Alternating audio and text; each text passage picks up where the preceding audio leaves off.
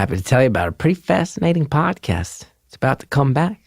It's worth a listen. First Day Back is the name of it. It's an amazing podcast about people returning from the hardest experiences of their lives. Last season was about a woman coming back from prison for shooting her own husband. That's how you come out of the gate with a season 1 right there. Got a new season dropping. It's all about a comedian who died on stage. And I mean, I've died on stage. I've bombed on stage. Did we call that dying out there? No, this is a comedian who actually died on stage. His heart stopped for 5 minutes. Podcast shows you what happened next. Check out First Day Back in your podcast app now and subscribe so you won't miss an episode.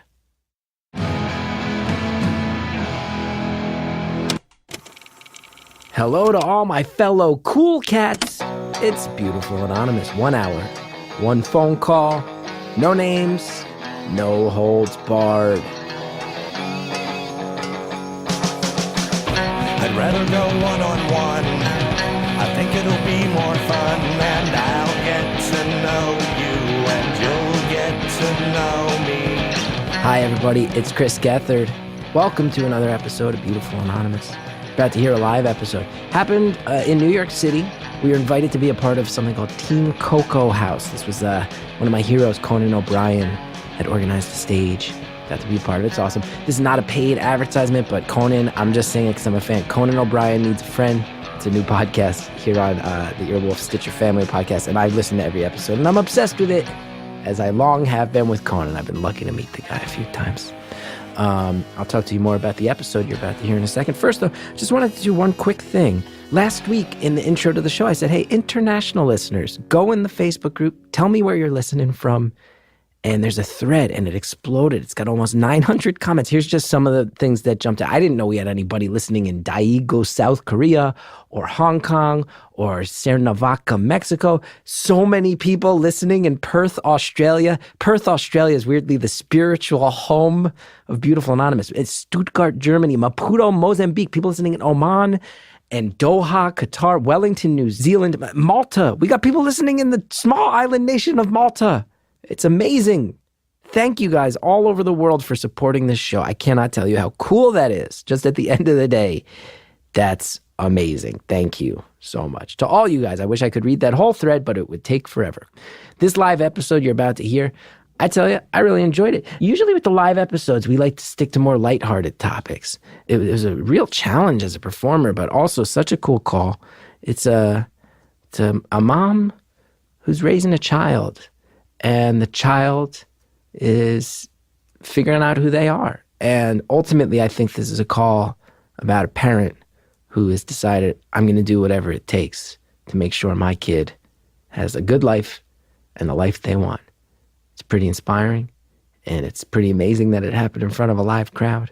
And I thank everybody who came out. I thank everybody who comes out to all our shows. And I hope you enjoy this call. Thank you for calling Beautiful Anonymous. A beeping noise will indicate when you are on the show with the host. Hello? Hi. Hi. Oh my gosh, I'm like a fangirl right now. Everything's okay. I know, but you know what's really bizarre is I was getting in the bathtub and I have your book, Lose Well, and opened it up. My son's knocking at the door. Mom, I need to print something. And then I told him, like, hey, I'm reading the book. And he's like, what book? And I told him, and I was like, oh shit, I got to get online because I think tonight he's doing a live show. And look at, here I am. Weird. So wait, are you in the bathtub right now? No, I'm dripping wet with a robe sitting on my bed now because I had to plug my phone in. All right. Okay. I didn't want to get electrocuted. You speak very fast, and I am overwhelmed by it. Oh, my God, I do. Okay, I'm going to slow my roll right now. It's okay. I just want to let you know, I think you were told about this when you called in. Just full disclosure, this is a live show. I'm here. There's, I think, about 200 people in New York City who are with me. They're listening. They're going to help contribute questions, but I promise you they're all nice, and they're rooting for you, and we're all just going to have a good time together, right? There you go. Sounds good. I'm really excited because I have a ton of stuff in my mind, and I've been through a whole heck of a lot, so I'm really excited to share some of it. Yeah, let me know what's going on. Where should we start tonight? Well, we are originally from Michigan. I was born and raised, and my husband and I, initially, when we first got married, both of us were at the age of 20, tried to have children, a few years later, and were unable to conceive. So we used donor sperm to get pregnant. Everything was good. We had 2 beautiful children. And as our oldest got a little bit older, we noticed, some odd things were happening. He would stare off into the distance. He would kind of shake one side of his body. And through, tons of different appointments with different types of doctors, we learned that he had epilepsy. Oh, That's yes. no problem. We could tackle this together. And, we knew that there was plenty of things that we could do to assist him. So sure enough, we put him on medication. We were able to control it really well. Things were going okay other than my husband, when we were both younger, we would party together. I became a mom, so I pulled the reins in and I stopped partying while my husband just kept going. And it caused a lot of problems between him and I because here I am raising kids and he's still partying. He was an iron worker by trade, and oftentimes at work, they would get fucked up, they would do all kinds of drugs, and he'd come home like that and numerous fights. Well, it got to the point where my oldest was, maybe 14, and my youngest was 11, and I just said to him, enough is enough. I cannot do this any longer. And thankfully, I think with that scare, he decided to put himself into rehab. And he got sober, thank God, and he has been clean for 2 years. Wow. Which is pretty darn awesome. And so, with our son, he had epilepsy, and I noticed he was sad a lot, and I always just chalked up some of his actions as being a tomboy. But it came out to me, one time we were sitting there and, he had asked about, what I felt about, if he were, somebody in our family or somebody we loved was gay. And, I was like, I don't know, it doesn't really matter to me. And, so he told me that he was gay, and that's fine, whoever you love, I'm going to love too. So honestly, I kind of thought that situation, not that it was behind us, but we were all on the same page. We were just going to move forward. Well, his depression just escalated, and it was out of control. One night we were sleeping, and he came to me in the middle of the night, and he woke me, and he said, Mom, I want to kill myself. And it was like a springboard, just like, what the fuck just happened? Are you shitting me? I have no idea where this came from. So, of course, I coddled him and waited till the morning, and we went to the hospital because what am I going to do? I don't know where to go. And they recommended a couple different options. And so one of them was like an IOP, which was like a daytime program for numerous weeks, 5 days a week with kids within his age group. I think it was 13 to 17. And so we put him in there. And you know what? I forgot a really important factor. At this point, he was still a girl. And okay, wait, hold on. I know. I really mucked that up. Sorry. This is a lot out of the gate. This is a whole lot out of the gate. And I say none of that in an effort to get a laugh. But man, there's like, I will tell you, this is like this probably could have been 4 calls. And we're 6 I'm serious, it in. could. We're 6. Or about 4 books. Yeah, you've lived a hell of a lot of life out there in Michigan. Oh, and that's not the end of it. You just wait, buddy. I had a feeling, but give me a second, just process it. Because, okay, there's a lot. The first thing I want to say is that I'm very sorry that you've dealt with so much of that, and it sounds like you're very strong, and I applaud you. And particularly, I will say that, I have been very open about my own issues, and I've had that conversation with my mom that your kid had with you in the same way, where I woke her up, and I know that scared the shit out of my mom. And thank you for being a good mom and being ready for it and helping. And yeah.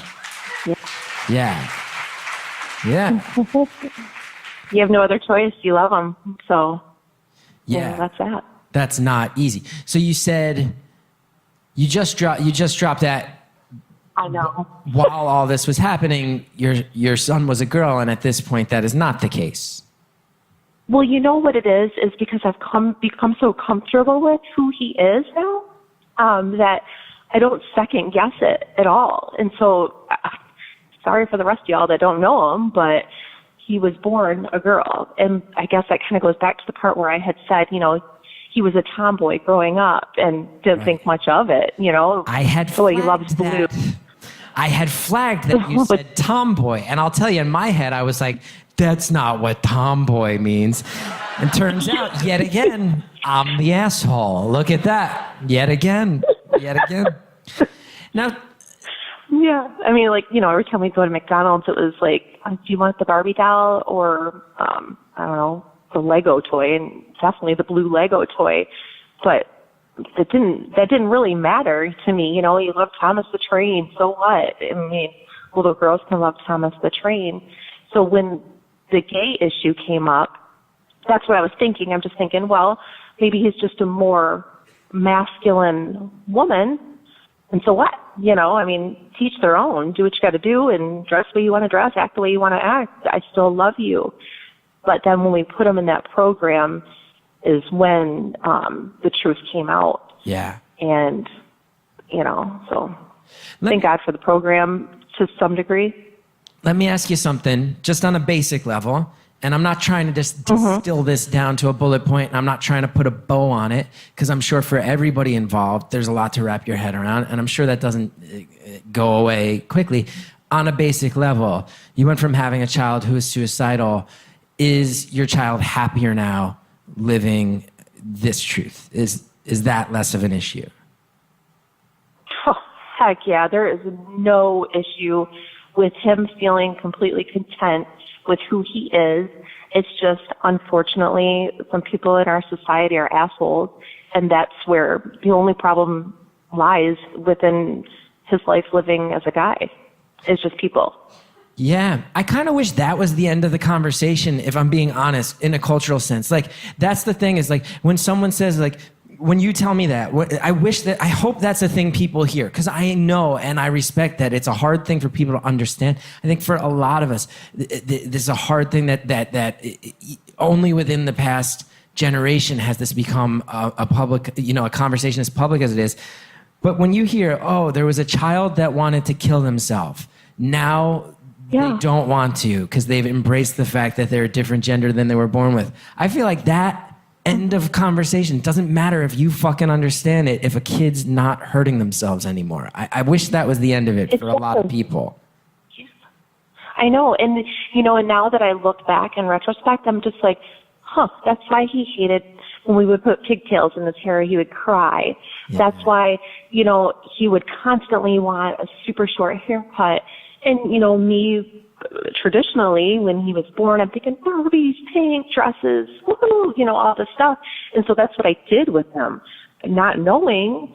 But damn, if I would have known, right out of the gate, seriously, if this would have been a topic of discussion, 14 years ago more publicly, it might have dawned on me. Yeah. But it wasn't. And you sound like a real good mom, and thank you for that. You sound great. I think I want to just apologize ahead of time, just because you are a voice on a phone to me. If I mix up at which point this transition happened or the direction it happened, I do apologize. I know you said born female, has embraced being male. And at what age did this transition happen? Let's see, he's 15 right now. He's actually sitting right next to me. He's such a cool kid. I think, we probably just started discussing it at about 12-ish.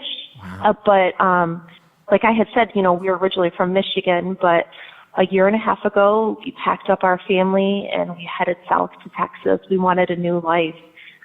with my husband's issue, with him. We were in a small town, and everybody knew him as a girl. I mean, we have 9 cousins that were in the same school district, you know what I mean? So in order for him to progress and to be who he wanted to be, there was no way in hell we could stay in a 4,000 people town and do this. Yeah. And same with my husband, you know, I mean, to be sober and still be amongst all the same people doing the same stuff, there was no way that was going to be successful. At least that's how I felt, you know what I mean? Yeah. Wow. So wait, did you say where you headed to? I missed it. So you were in Michigan, now you're in Texas. And a lot of people are like, why the hell did you go to Texas? I was going to say, yeah, let's get our progressive family out of Michigan and head to the notorious liberal bastion that is Texas. And yeah, I'm like, to be completely frank with you, I am not a political person, never put 2 and 2 together with that. I have no idea why. Never really traveled outside of Michigan. I'm just thinking, you know, where we're located, I mean, I'm going to say it, the FW area, it's huge. That's one thing. I'm just thinking a massive population. There's got to be people like us somewhere. You know what I mean? Wow. So you just and then, yeah, my husband had an opportunity to work, so. That's awesome. You just said my husband needs to get out of this headspace. My kid needs a new reset button, needs a new chance at life. Let's uproot everything, get the fuck out of here, protect our family. Yeah, exactly. None of the shit mattered anymore. Yeah. I like you. You're a good mom. I like that. I do like you too. I love listening to you when I'm at work every day. I look around because, you know, I'm in a cubicle and I look around, I'm like, holy shit, did you just hear that? Like they're listening, you know, but they're not. And I'm like, oh shit, nobody heard that. That was so cool. I just love the way you think. You're such a cool cat. Yeah, I called you cat. Meow. Just so you know, I just want to let you know what happened here in the room in New York City, which was as you referred to me as such a cool cat, I did nothing. I stood totally still with the same expression on my face, and you heard the crowd start laughing at the very idea that I am a, quote, cool cat. You heard people just laugh at that. That's what you heard. So I'm glad you think I'm a cool cat. I want to reach... Oh my God. There's a couple things coming in from our audience here, our live audience tonight. Jacob says, tell him NYC says what's up and supports the shit out of him. That's a good thing that's coming in. Nice. That's a good one that we just heard. Oh, Jacob also wants to know, what did the rest of your family think? I think that that's a good question because I tell you that when you think Michigan iron worker, I think just, again, maybe it's the ignorance of us Northeastern liberals. I don't think we're thinking that's the most forward-thinking pocket for a kid to transition. Yeah, you're completely correct. And, you know, I think things certainly do happen for a reason. Maybe my husband wasn't sober through the beginning of this for a reason because he had to come to grips, you know, and kind of... he's a manly man, you know, do everything on his own.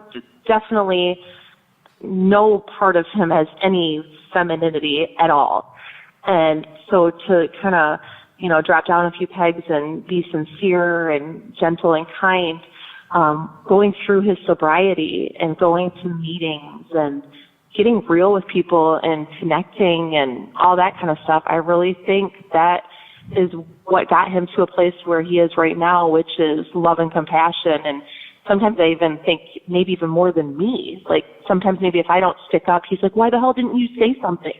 You know, and I'm just like, well, I don't know. I didn't think about it. But yeah. Yeah. Let me ask you this. So you head to Texas, and a part of this is so that your son can kind of live a new life. You said that everyone was in the same school system, was aware of this transition. It was a little impossible to just let this be, maybe to shed some of the past and move on. When you go to Texas, is this something that when your son's going to school, is this something you're not telling people, or is there an effort to build like a support system? Is there anything to be said? Well, yeah, like, you know, with our family and stuff, you know, when we decided to leave Michigan, we sold our home and every single thing that we owned except for one vehicle. And we bought a fifth wheel, and we packed what we thought we would need, and that's how we traveled here. So we initially set up shop at a campground. And like I said, I have another child, she's 11. And so oftentimes, unfortunately, now looking back, she was put on the back burner because we had, epilepsy, we had my husband, we had my son, and she just rolled with the punches. And she's a great kid. She supports my son fully. So the four of us definitely are a support system. So when we first got here and I enrolled him in a public high school, I did go in front of him, before him, and met with counselors and so forth. And I was like, hey, this is our story. This is what I want for him. Are you on board? And absolutely they were. And the first high school he went to, there was no issues because there was so much diversity on every different level that he was just another kid, and it was perfect. So, at first it started out very, very well for him in public schools. That's cool. Now, you said at first, in the first high school, so that denotes that there's a second phase to this story that worries me a little bit.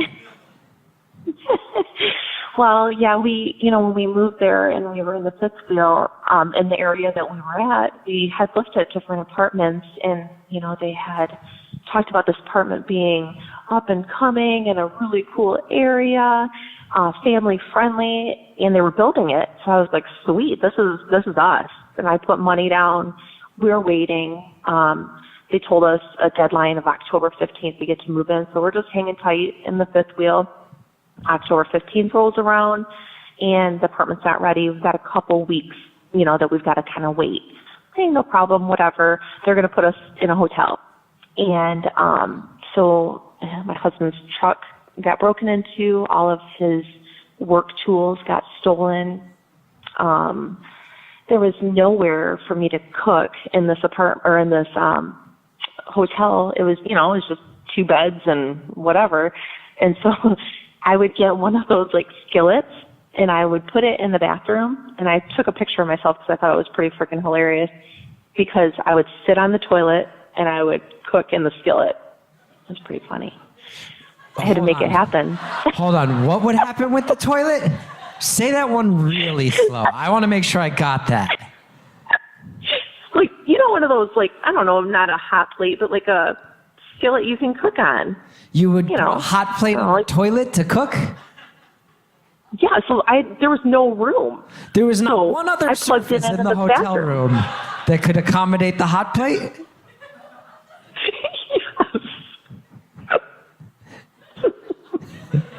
So I would sit in the bathroom and cook dinner because it got expensive eating out. What kind of stuff are you cooking? What kind of meals are you cooking on the hot plate toilet? I wonder if any of our advertisers this week are selling hot plate toilets. We'll have to wait and find out, but you know what? That means you'll have to listen to all the following ads to see the products and services they are offering. Use the promo codes, helps the show when you do. We'll be right back.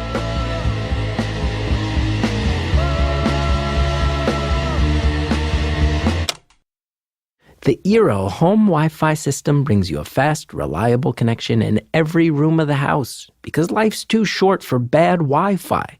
The second generation Eero and Eero Beacon allow you to build a Wi-Fi system that's more perfectly tailored to the home than ever before. When you add Eero Plus, you'll get total network protection with the ability to block malicious and unwanted content across your entire network. By checking the sites you visit against a database of millions of known threats, Eero Plus prevents you from accidentally visiting malicious sites without slowing anything down. Eero Plus automatically tags sites that contain violent, illegal, or adult content so you can choose what your kids can and cannot visit right through the Eero app. You can also get rid of annoying ads and pop-ups on all your devices. Ad blocking improves load times for ad-heavy sites so you can browse and stream faster than ever before. I got an Eero in my house. I tell you what, it's this traditional Wi-Fi stuff. It's going to be a thing of the past soon. Eero is setting the tone for the future. It's very easy to set up, very simple to set up. Just makes it so you never lose your Wi-Fi, and so that your Wi-Fi is just sort of doing a lot of the work for you that right now you're expected to do yourself. It's a cool thing. You want to get $100 off the Eero base unit and 2 beacons package?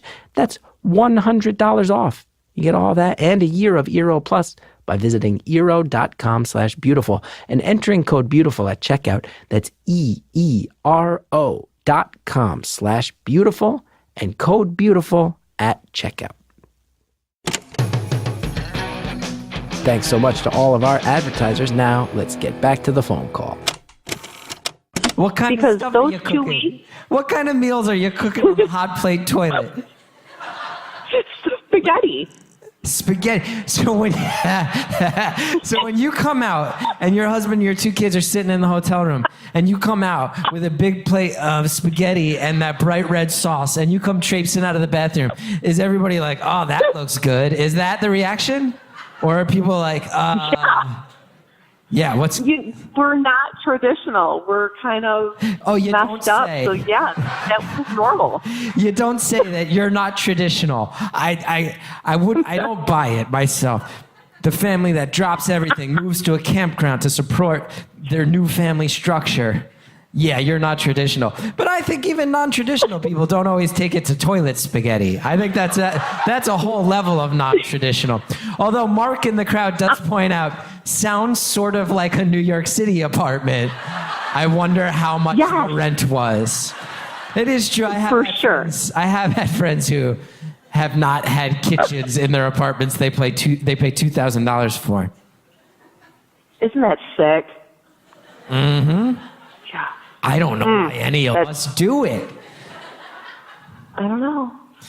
We're paying a pretty penny here when we're staying in Texas for an apartment, but okay, hold on. It is what it is. If you don't want to go here, you don't have to, because I know it's personal.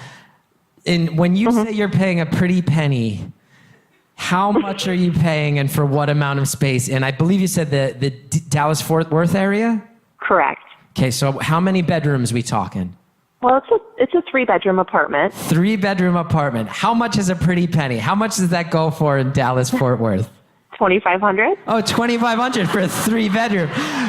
I'm telling, lady, New Yorkers are throwing chairs across the room right now. People are punching each other in the fucking face. All sorts of New York chaos is unfolding. $2,500. That doesn't get you a storage space in New York City. 3 bedrooms. In Michigan, it would have been $700. You know. So oh my to God. us, that's a lot. 3 bedrooms for $2,500. What neighborhood do you get that in New York these days? People just yelled Bushwick and then Brownsville. Google those, America. Google those. And in that 3-bedroom in Bushwick, you're going to be living with 3 poets and 2 visual artists spread throughout the 3 bedrooms and 1 performance artist. I've never been to New York, so I don't know. People are I can only imagine. Here's some of the feedback from our crowd. Jacob, don't push this. Someone's saying, I need an artist to make a cool cat Geth says slow down poster. No, we don't need that. Oh, shit. Laura says, I'm not going to lie. I really want spaghetti now. I like that. Andrew has a weird request. Andrew, feel free to segue into erotica or any sexy memoirs you may have. I'm going to go ahead and say weird, man. Yeah. Jesse Lee, I like this one a lot. I work for the health department, and I don't sanction cooking in the bathroom. Sky says getting a plane ticket and a suitcase. And, here's an interesting question. Someone wants to know, Jesse Lee again, wants to know, what do you know about your sperm donor? That is an interesting thing that came up that people are asking more about. Yeah. Well, how we narrowed it down is we went and we were given, I'm just going to call it like a big binder full of different people. They were labeled letters and numbers, so it wasn't a name of a person. Mm-hmm. And so we took, we'll call it 200 of these people that had donated their sperm, and we narrowed it down by traits that my husband has. So you have to eye color. Okay, so you have a folder with 200 options. Your matching characteristics, the general character, your eye color, hair color, your husband. How many of the 200 in that folder just say college kid strapped for cash? None. I don't know any of that. None. It doesn't. Solid zero. None. And how much do they tell you? Do they tell you these? Do they tell you the profession? Do they tell you like Yeah. hobbies? Yeah. Really? It was more like, like I said, the traits, and then it would be college education, maybe what they majored in, jobs, family health history was very important to us. That was high on our list. So we were able to narrow down, to about, I'll say 10, just based on my husband's traits. Mm-hmm. And then from there, obviously we wanted an intelligent child. So that took precedence, and we were down to, we'll say about 3. Okay. And then, of course, health history. And whambo bambo, we got one. Wow. Yeah. And so we purchased enough that we could have multiple children. So then we kind of almost like paid a storage fee and held on to some until the time was right for us to conceive a second child. Wow. And do you still have any stored, or are you done? Is 2 enough? Nope. We were done. You're done. Nope. Yeah. Done. Yeah, I'd say you've put in the work as a parent thus far. It's fair to say. Yep. Yeah. So, I don't know. Hey, is your husband still an iron worker? Yep, he is. What does that entail? Well, in Michigan, he did more of what they call connecting. So he would climb up the iron up top and connect, major pieces that were coming out like on a crane, and then like building, bolt them on and so. Wait, hold on. Like building buildings? You said he'd climb up the things and there were cranes and he'd connect the iron pieces? Yeah. So a piece would swing in and he's strapped in, and then he would bolt in that piece and move on to the next. How high up is he strapped in these buildings? Are we talking skyscrapers? Oh, shoot. I don't know, man. Like, I don't know my feet and all that kind of stuff. But me. Shit, he was way up there, like a hospital, we'll say. So he's up in a building strapped in. Iron comes flying in from a crane. He has to weld it in on the spot in the sky. I'm glad I'm a comedian. That sounds terrifying. That's like my nightmare job. Is he one of those guys like from the old-timey picture where he sits on a girder and eats from a lunch pail? Yeah. Is he like that? Yes. Really? Yep. He brings his lunch up there? No. But, I mean, he's the guy that sits up there, He's the modern lineage of that old-timey photo that is sold on the streets right in this neighborhood. But if you think about it, too, like I had told you before, he was not sober. And more times than not, because I didn't want any of that stuff around me, the kids, or in our home. Yeah. He partaked in that while he was at work. Of course. And you said it seemed sort of like a thing that the part of the culture of being an iron worker is you get fucked up. You had kind of indicated that. Yes. Really? Yeah. Oh, yeah. I mean, oh, God, bad. Now that he's sober and, will discuss some of it with me. But, yeah, I mean, like, lunch was like a spread of pills, weed, coke, beer. Yeah. On the job. Oh, yeah. So you're telling me that the guys building buildings, they're all getting zooted up on coke and then crawling up those girders like Spider-Man and welding metal together in the sky? Yep. That's like half scary and half like the most fun job in the world. I've never done cocaine myself, full disclosure. I'd tell you if I had. But I would imagine that, yeah. I would imagine sometimes just to get the gumption to go up high in the sky, it's like, yeah, I'm going to snort a mountain of coke before I go do this crazy ass shit. Well, I mean, they would work, 60, 80 hours a week. And I'm not saying that you should do it because of those reasons, but I'm sure that part of what they were doing was to stay awake and bang out the overtime and make money. Probably support their habit. Damn, that sounds like a hard job. That's like one of those jobs you don't even think really exists anymore, but it does. That's crazy shit. That's dangerous. Yeah. Wow. Very, very dangerous. Yeah. Yeah. It's scary as a wife. Yeah, I would imagine. You got a lot of shit to worry about. Oh my gosh, yeah. Seriously. But Meditation has helped me a whole heck of a lot. You said your vacation or your vocation? No, meditation. Okay. Thank you to the crowd for instantly correcting me in unison. I feel very insecure. Now, you had said we had kind of got sidetracked, I think. I think you were telling us that as your son switched to a second high school, that some things maybe didn't go as smoothly. Is this true? Yeah, because that apartment that we were waiting for, that we moved into, we had no idea it was on a major college campus. So we move a family of 4 amongst a ton of college kids, partying constantly. Oh my God, it was insane. Insane. So you're on one of these blocks that's just all like party houses? Like you're on frat row? Oh my God, yes. Like I would work nights and come home and it would either be vomit or blood or dog shit or wait, that's trash. You can't lump just dog shit everywhere. as a college kid problem. Oh, yeah, there was everywhere. Yeah, I get that, but that's dogs. That's not college kids. College kids, like when you're like, you know, that quintessential college experience, man, where you drink and you throw up on the streets and then you just let your dog shit everywhere and you walk away. That's not like as much of like an Animal House trope as the other ones you're describing. It was still sick. Yeah, no, it's still one sucks. time. I get it. We have a dog.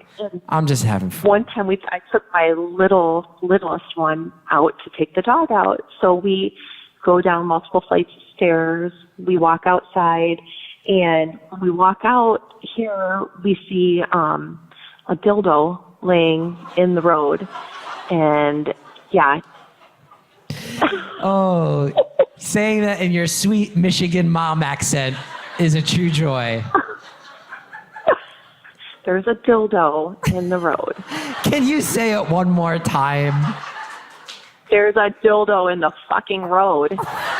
Can you believe that shit? There's a. Can we please take a note, Jared? Potential episode title. There's a dildo in the fucking road. Wow. So as a mom, it instantly has to become a dog toy that we're not going to touch and we're going to keep walking past. Excuse me? That was my description to my daughter. I had to describe it to my daughter what it was. Because she's got questions. So, how does fucking that dog toy. I don't know. Keep walking. What? Wait, how does that conversation go? Walk me through it. So we're walking and she's like, what's that? I'm like, it's a dog toy. Keep walking. Don't touch it.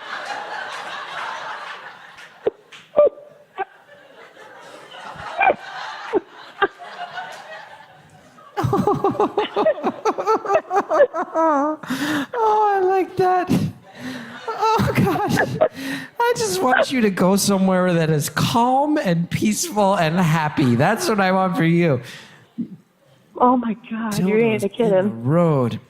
Dildos in the road. Jeez. Amanda in the crowd wants to know what color was the dildo. Red. Red. It will never escape my mind. Never escape. Ever. Are we talking like a reasonable sized dildo, or is this like one of those cartoonishly large red dildos? Large, two-sided. What was large what? Two-sided. A double-headed red dildo in the middle of the road.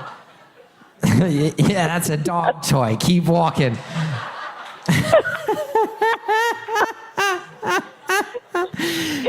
How old was your daughter when this happened? Let's see, 9.5. 9.5. Wow, yeah, that's a shocking piece of life right there. I like that. Right. Again, we got sidetracked. That started with me saying, so what was this shift in schools like? And ended with us going on a long tear about a double-headed dildo in the middle of the road. Well, my point being is this apartment was fucking crazy, so I kept bitching and bitching and bitching that I wanted out of the lease. And they weren't listening to me. So one day, I was taking the dog out, and I walked past, their main office, and there was, a huge conference table.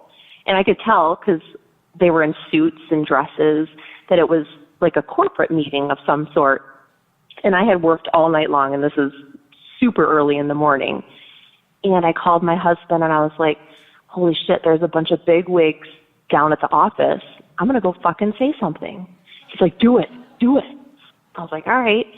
So we hang up, and I walk in the office, and I'm 5'2", pretty petite, and I acted like I was 7 foot, 300 pounds, slam my hands down on this conference table with a shit ton of people, and I was like, listen here, this apartment is so fucking unsafe for my kids, and just blah, blah, blah, blah, blah. You know, I went off.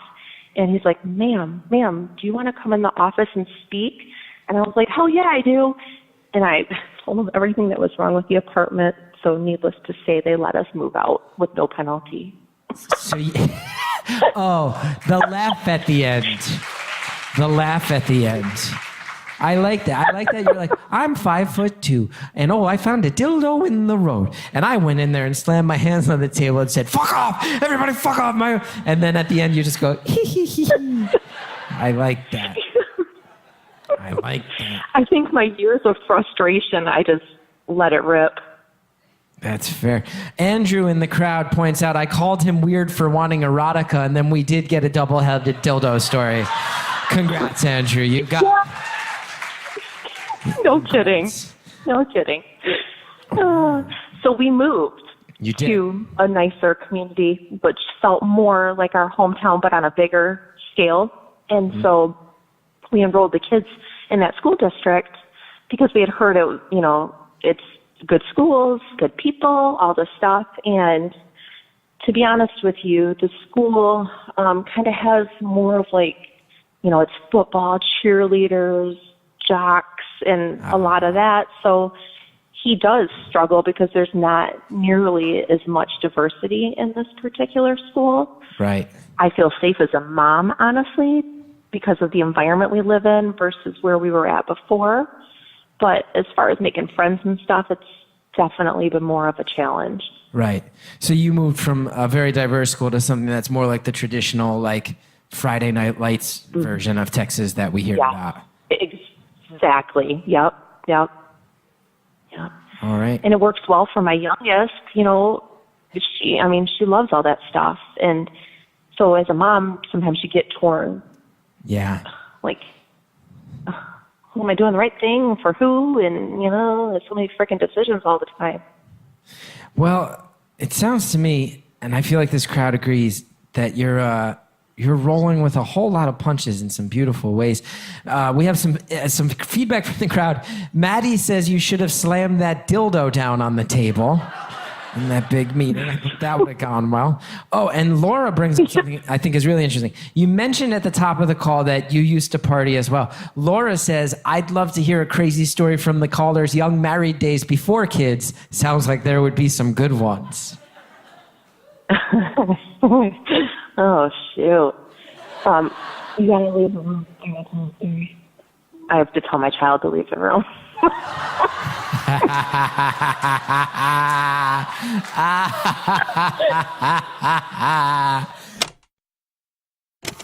If you're out there listening, now ask your kids to come back into the room and say, hey, would you like any of the following products and or services that are about to be advertised on your favorite podcast, Beautiful Anonymous? Check these out. Use the promo codes. We'll be right back. We all need someone to talk to, a person who can support us through rough patches or even the everyday ups and downs of life. That's where Talkspace comes in.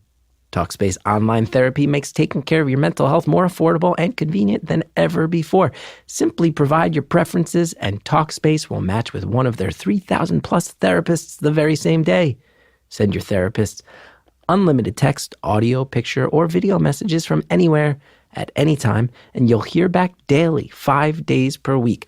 All you need is an internet connection or the Talkspace mobile app. No matter what you're going through, you're not alone. Join more than 1 million who feel happier with Talkspace.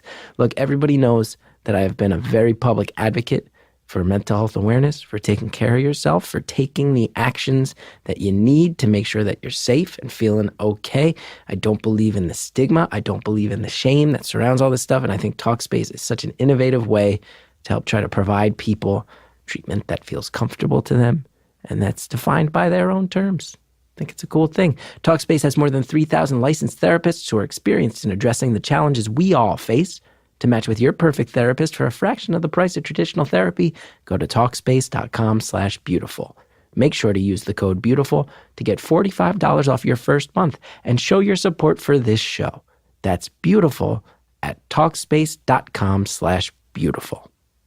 Thanks again to everybody who advertises on the show. Now we're going to finish off this phone call. I have to tell my child to leave the room.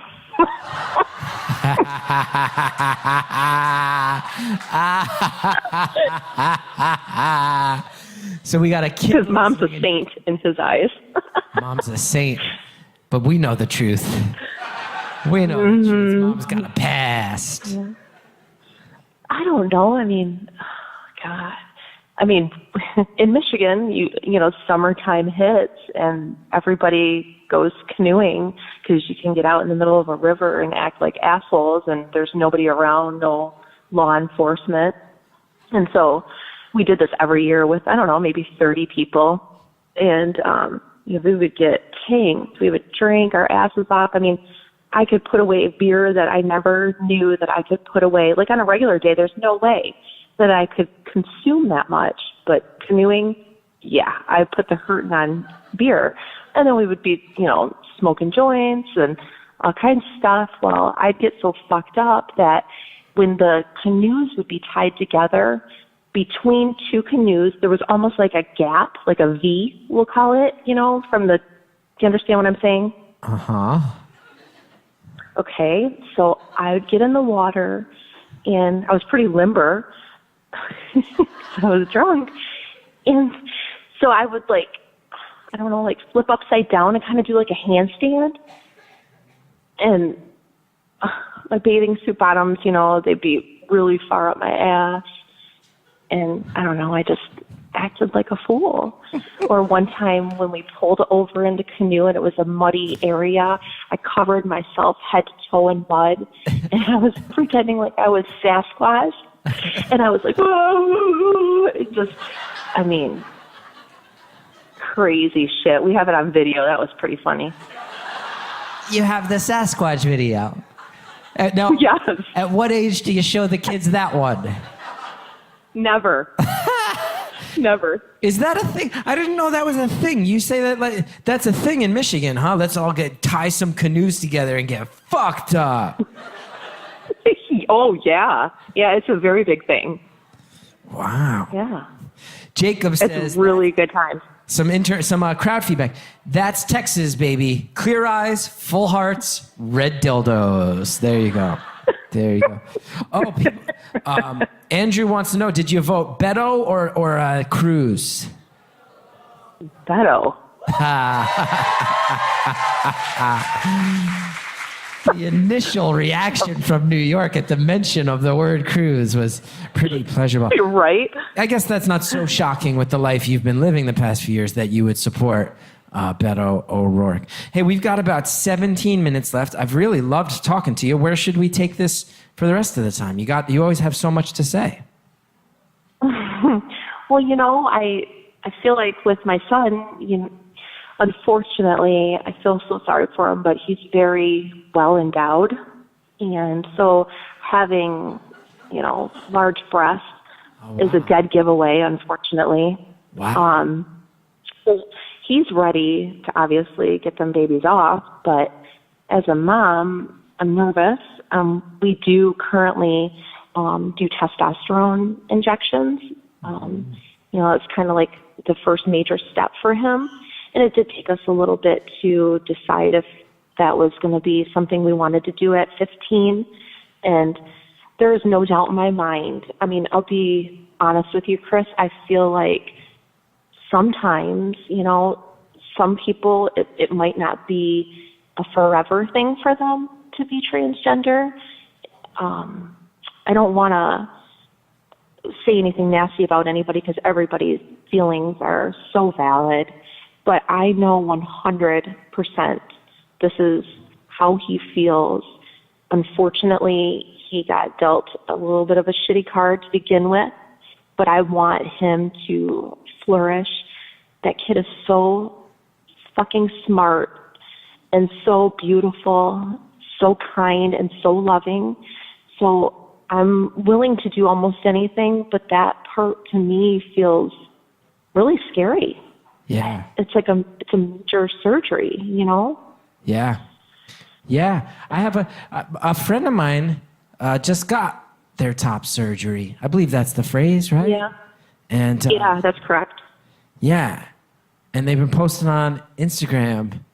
And I said to my friend of mine, who is someone, they've posted it publicly and they are some of the public figures. My friend Mal, and I remember ran into Mal and they've been posting pictures and now Mal can take their shirt off in public and has been posting shirtless pictures. Yeah. And I was like, we have the same build. We have like the same build. It's really, it's like, and we had a good laugh about that, connecting. I was like, oh yeah, we got the same build now. It's pretty interesting. That is. And I cannot wait for him to do that. That is, wow, really? You're looking forward to it. And so is this, is this because of the level of comfort and happiness that you're seeing means that you got to go full steam ahead? Oh yeah, for sure. With the depression thing, it still is imminent just because of life itself. Even myself, I deal with it. I think most people, if you're not human, if you're human, you have, significant issues that depress you and so forth. And his are just, out of his control, unfortunately. It's just people around him. So to remove those and have less of the looks, and he used to love to swim, but now there's no way. I can't force him to do that. Yeah. How the hell do you, I bought like a Speedo tight ass swimsuit and then bought the guy's shorts and a guy's like wet top suit, thingy, so that like there was multiple layers, but it doesn't hide it. Yeah, and that's physically a lot. That's uncomfortable to cover yourself and tie yourself down every day. That's hard. Yeah.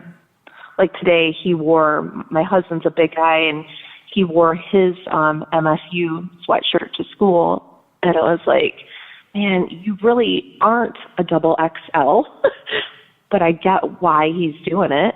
Yeah, yeah. Wow. Makes sense. I feel like there's a lot of people who are going to listen to this who this is where they're going to draw the line, right? And I'm sure you run into this all the time. Someone goes, how do you know about doing something that's so life-changing, so young? But it is really beautiful. That speech you went on about your love for your son was one of the most beautiful things I've heard in the course of this show. And I think that sort of sums it up. Yeah. I wouldn't want any bad things to take place for him. And that's what my biggest fear is. When he leaves home, I'm not going to be able to walk 2 steps in front of him or give these son of a bitches dirty looks at, Kroger or wherever we're shopping and be like, don't fucking look at him like that. He's going to have to do this all on his own, and it scares the daylights out of me. I think, honestly, my biggest fear, and we've had numerous conversations, was if he's in a situation, once he does get the top surgery and maybe he's getting sexual with somebody, he has to let the person know right up front, because there are people out there that are going to freak the fuck out not knowing that in advance. Yeah. So how do you do that? Hold up a big fucking sign, hey, I got a pussy, but I'm a dude. Can we make out? How the fuck do you do that? Yeah, that is mind-boggling. It's one of those situations that it's like you as a parent have lived such a different experience, and it must be so scary to realize, there's certain things I don't know the answer to, and your kids want you to have answers, but how could you possibly? How do you know? How do you know what to say? You don't. And all these people that are so against it and they think they know everything, it really angers me because they have not lived in our shoes. Because I tell you what, no person would choose to go through the shit that he's gone through intentionally, because it's been a bugger. I mean, it's been hard for him. And do you really think anybody in their right mind would choose that for themselves if it wasn't legitimate? Yeah. How can you be like that with somebody? I mean, they're people, for crying out loud. Yeah, it's really, the older I get, it's like I still can't wrap my head around the fact that you could just look at a whole group of people and go, well, that's wrong. It's like people aren't wrong for being people. What are you talking about? It just doesn't compute. It doesn't make sense. And this goes, I feel like the same thing for like immigrants. And when you hear about like that's the other big one right now, where it's like, what are you talking about? How are these invaders? And I know people get mad at me for going political, but it's like, how are these invaders? And then when you see the actual pictures, it's like a set of parents with a 3-year-old child and they're walking hundreds of miles for safety. Like, how do you turn off your ability to see an individual so you can cling to your feeling about a group? I don't get it. Right. And you think about it, I mean, my situation is different, but it's not different. I'm protecting my kid just like they are. I would go to any extreme to protect my child. And that's what those beautiful people are doing. When you say shame on anybody. I have to say, when you say any extreme, I weirdly believe you. I would. How far are we willing to take this? Oh, fuck, I don't know. Throw something at me. I'll tell you yes or no, but I'm probably going to be a yes. 5 feet 2 inches of killing machine when it comes to protecting the people you love. I like that. Oh, someone out here, Sarah says, mama to mama. Call her, you're an inspiration. How about that? Andrew says, if you don't run with Sasquatch, you run from Sasquatch. How about that? Oh, Amanda's asking, does your son, is there any sort of trans community you've found? And is your son finding support within a larger trans community? Yeah, definitely. That was really exciting. When we first moved here, there was a teen group that I kind of enrolled him in, I guess, and made lots of friends initially, but then met a boy and, they hit it off. They dated. I would drive them to the mall. They'd meet or go to the movies and stuff, but they ended up breaking up. So he felt really uncomfortable going back, and I tried to convince him, that that's part of life, and, he still can meet other people, but he chose not to go back. So at this moment, no, he's not participating, but I really look forward to the day that he can be with like-minded people. Yeah. Is he thinking about college yet, or is that still a couple years away? Oh, yeah. I mean, this kid draws. His drawings are amazing, and he's into digital art. He has a dream of going to Cal Arts, but, we'll have to wait and see. He's a sophomore right now. Yeah. Just got his first job. He's a bagger at a grocery store. He starts Saturday. Wow. That was... The New York audience was emotionally touched by that specific part in a way that I have to say, that melted the iron hearts of a room full of New Yorkers, that your teenage son has a job as a bagger and that starts on Saturday. Why that, of all things, did that get a huge awe? Because he's going out into society and doing something for himself. Isn't that cool? I know. That's fucking cool. I know. Hey, what's that like in general? Even outside of any elements of your son's specific situation, when you see your kid go on their first date, that must be so weird. And when you see them have their first heartbreak, as a parent, are you just like going behind closed doors and like crying your eyes out for them? I mean, to go on a date, I'm probably a nerd because I'm like, oh, can I get a picture? And I'm acting all like, do your hair this way, wear the cool shirt, and helping out like that. But heartbreak, to be honest, I think I'm not a softie. I'm just like, suck it up, because these are life lessons. I had to be coddling and kind and sweet and all this stuff for all these other reasons that I'm like, you'll meet another one. Like, suck it up. You mean another. I just had a vision of my parents in 1995 just listening to the Smiths faintly behind my closed bedroom door, wondering how sad they must have been. Oh my God. When I would break up or get, dumped when I was young, we still had cassette tapes. And so I would go in my room and play the same Journey song over and over to make myself cry. And I'd look at myself in the mirror and be like, oh, you poor thing. Poor thing.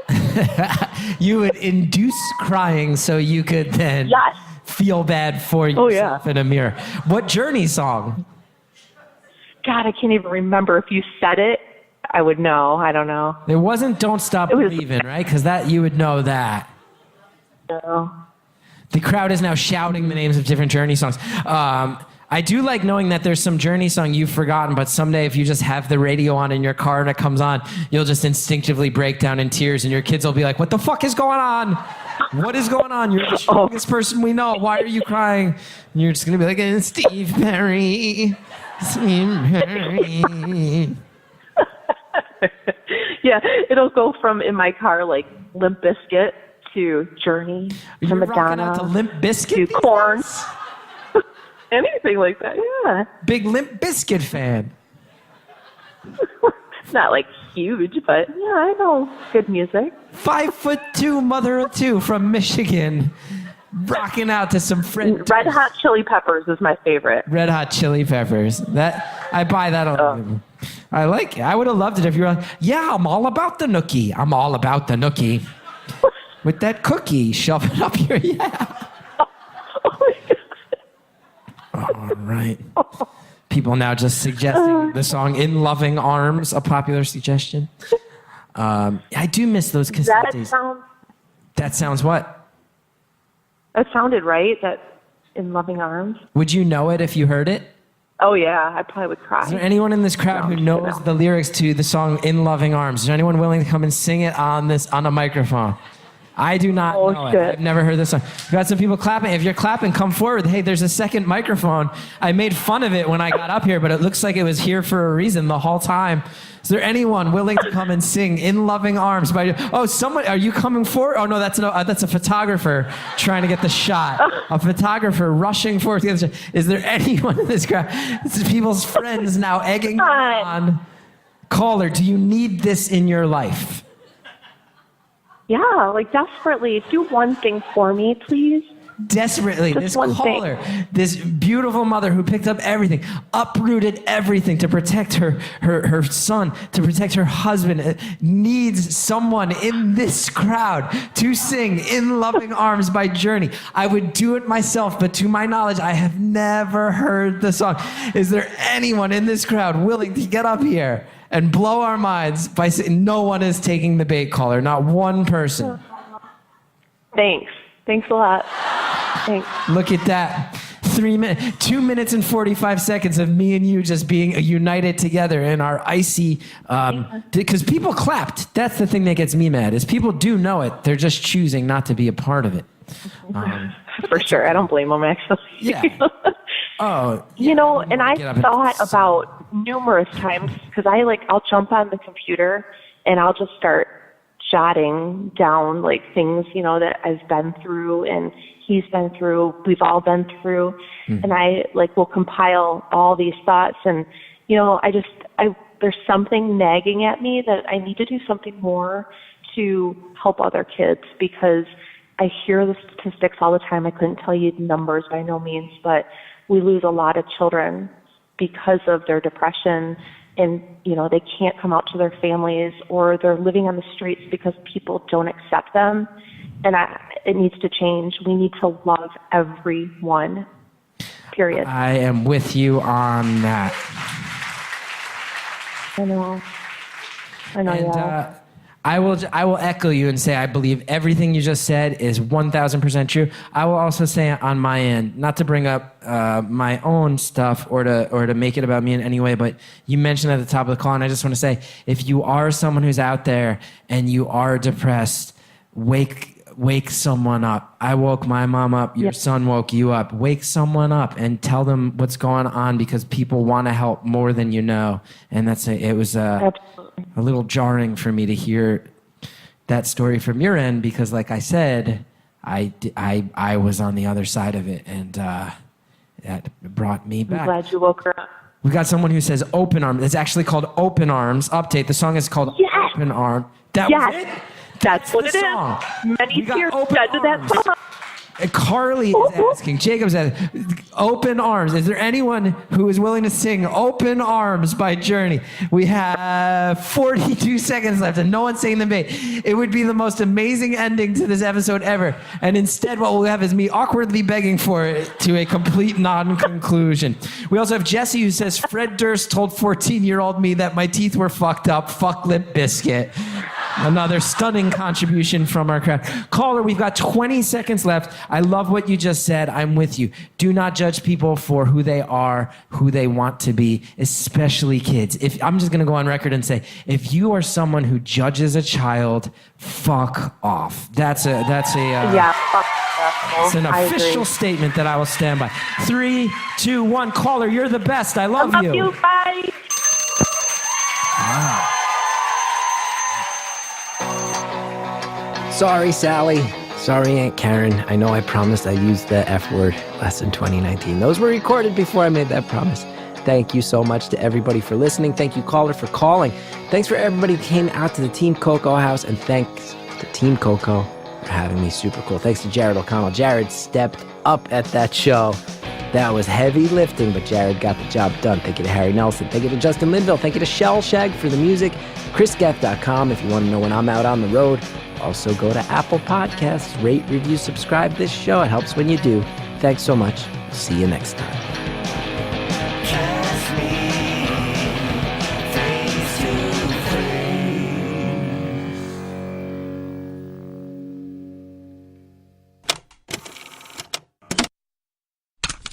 Next time on Beautiful Anonymous, a caller with a fascinating life story tells us how it led her to being a conservative.